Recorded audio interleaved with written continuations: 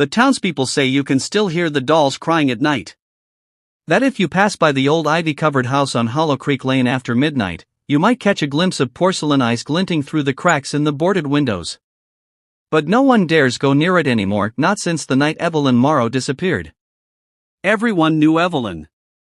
She was quiet, polite, always kept to herself, but her hands created wonders. Evelyn was a dollmaker, perhaps the last of her kind. Her little shop, Morrow's Delights, sat at the edge of town, tucked between a forgotten bookstore and an old cobbler's hut. Her dolls were unlike anything anyone had ever seen. Not plastic or factory-made, but handcrafted from silk, lace, wood, and glass. Each one felt alive, like they breathed just under the surface of their skin. Children adored her. Parents praised her. But no one truly knew her. Not until the day Clara Thompson vanished. Clara was 7. Blonde curls, green eyes, a laugh that could chase shadows away. Her mother had saved up for months to buy her one of Evelyn's dolls for her birthday. Clara called it Petal. She took it everywhere. Then one morning, Clara was gone, vanished from her bedroom, no signs of forced entry, just an open window and the doll, sitting perfectly still on the bed, its eyes rolled back, its mouth slightly open. The town was shaken. Police searched for weeks. Evelyn was questioned, but they found nothing. No evidence, no motive. Just the same quiet woman who said, with tears in her eyes, "I would never harm a child." The shop closed the next day. The windows were shuttered. Evelyn disappeared. And the stories began.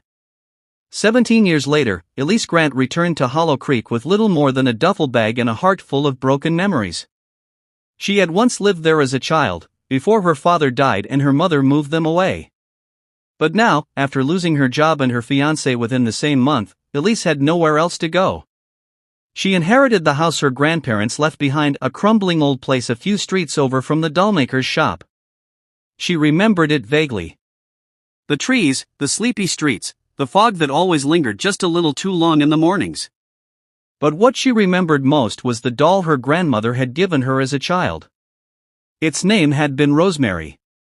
Elise still had it, packed deep in her bag. It was the only thing that made her feel safe growing up. But it had always scared her too. Sometimes she swore it moved. Sometimes it whispered. Back then, her mother blamed nightmares. But now, returning to the place where it all began, the nightmares were waking up. The first night in the house, Elise heard scratching in the walls. Then the whispering began. At first, she thought it was the wind. Then she heard her name. Elise. She woke up to find Rosemary sitting at the edge of her bed, though she was sure she'd left her packed in the closet. The doll stared blankly forward, her tiny hands folded in her lap, head tilted slightly. The whispers grew louder with each passing night. Elise began to dream of a little girl crying behind a locked door, calling for someone. Mommy? Evelyn? One morning, Elise found a trail of rose petals leading from her bed to the front door. She followed them outside, barefoot, heart racing. They led her straight to the old doll shop. It was boarded up, the wood weathered and split, but something compelled her. She pried open the door and stepped inside. Dust danced in the morning light, and the room was frozen in time. Dolls sat in glass cases, still and waiting. A strong scent of lavender and decay filled the air. On the counter, she found a faded photograph, Evelyn Morrow, smiling gently, holding a child with green eyes and golden curls. The back read, "Clara, my heart. 2006. Something wasn't right. Elise explored deeper, into the back workshop. That's where she found the book. An old leather-bound journal, filled with notes in Evelyn's handwriting. Pages of doll designs, then darker things. Rituals. Blood ink.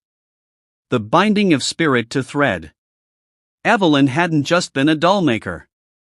She had been trying to stop something. Or trap it. Elise found one final entry, written in shaky, desperate ink. Clara is not lost. She is trapped. Petal is not a toy. She was made to contain her.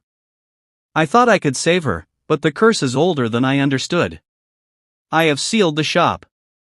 May it rot with me inside. Forgive me. Elise stepped back. Her mind reeled. The dream. The whispering. Rosemary. Was Clara inside her doll too? Elise ran home. She stared at Rosemary. The doll seemed to breathe. Elise took it in her shaking hands.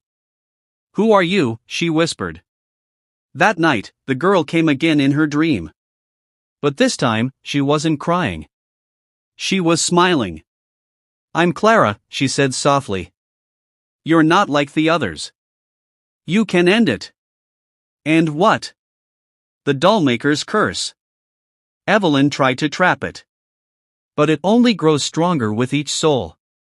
You must burn us. Elise woke gasping. She tried to ignore it, but deep down she knew she had to destroy Rosemary.